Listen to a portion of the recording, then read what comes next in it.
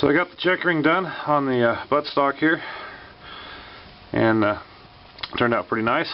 Right now I've got it hanging up, refinished it just like I did the forearm, and I've got it hanging up to dry right at the minute.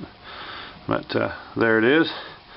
So the checkering's all done now, and just waiting on that to dry again. So this is my boiling tank, and this is actually one of several I've got.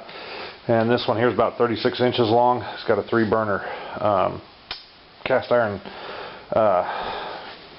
stove top basically underneath of it, propane fired. And I've got some of these in different lengths and different depths and stuff. And this one here happens to be handy for doing shorter barrel work. Don't have to boil quite as much water. I've got one for long barrels for like the muzzle loaders I build and stuff that will do up to a 60-inch barrel basically. It's 5 foot long. And but it takes a lot more water to boil the big tank, so when I can do these shorter barrels, 30 inches and less, I drop them in here usually. And that's what I use to turn the nice orange rust to a nice black color. And not much to that setup really. Make them out of sheet metal if you want, real easy to do. Not a real complicated thing to make. So you can see the barrel's finally turned black. That's after boiling it in the tank I showed you. Not much to that, just a matter of using a couple of hooks to kind of hold it up, and usually what I do is run them through the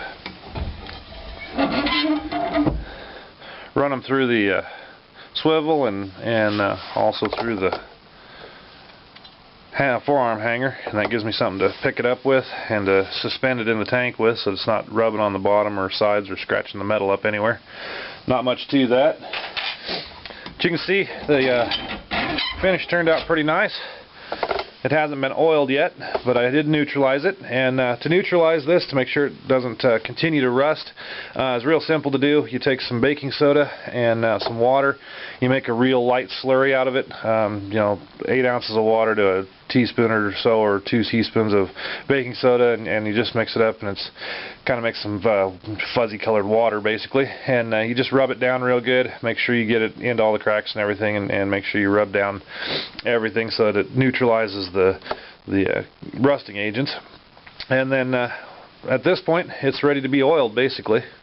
You just want to make sure you dry it off good so that none of the water stays on it or leaves any water spots, and then it's ready to oil up. So that's how it looks though. You can see the engraving kind of stands out a little better now that it's been blued, and everything has a real nice finish on it. You can see it's got some real nice depth of color in it. If I rotate this a little bit through the light, hopefully you'll be able to see that it's got really good depth to it, really nice color tone to it. So one of the best blues in the world is a rust blue in my opinion. Some guys don't like it, but it's one of my favorites. So that's where I'm at for this week. I've got a few more things to blue. I did the barrels and all the small parts, and so what I'm left with now is the screws and a few other little parts that are going to be niter blued, and that's just a matter of taking that same stove I've got out there, using one of the burners and a stainless steel pan, and then the niter salts, and I buy those straight from Brownells, and you just bring it up to temperature, and then I just take the parts one at a time and swish them through it and until I get the color I want, and then I pull them out, quench them in water, and dry them off real good and oil them up. So that's it. This project's finished. Everything's blued, put back together.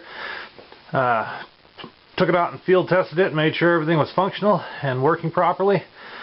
No problems there. So now I'm just kind of getting set up to do some photography here. And I'm not the greatest photographer in the world, but I got to get pictures of these things so that I can add them to my website. And I figured since I was doing this, I'd just put a little bit of this on the end of the video here, kind of wrap this up, show you how it turned out, and that way at least anybody who doesn't actually go to my website can see this project, at least how it looks finished. You can see I've got a couple of rounds there, and I've got the pistol that's a companion piece to this. It's a 2-bore muzzle loading pistol, so there's cartridge double rifle and a muzzle loader backup. Kind of a neat little combination there. And I'll zoom in and kind of give a glossy once over on this, and that'll be the end of this project, other than me getting pictures to put up on my website.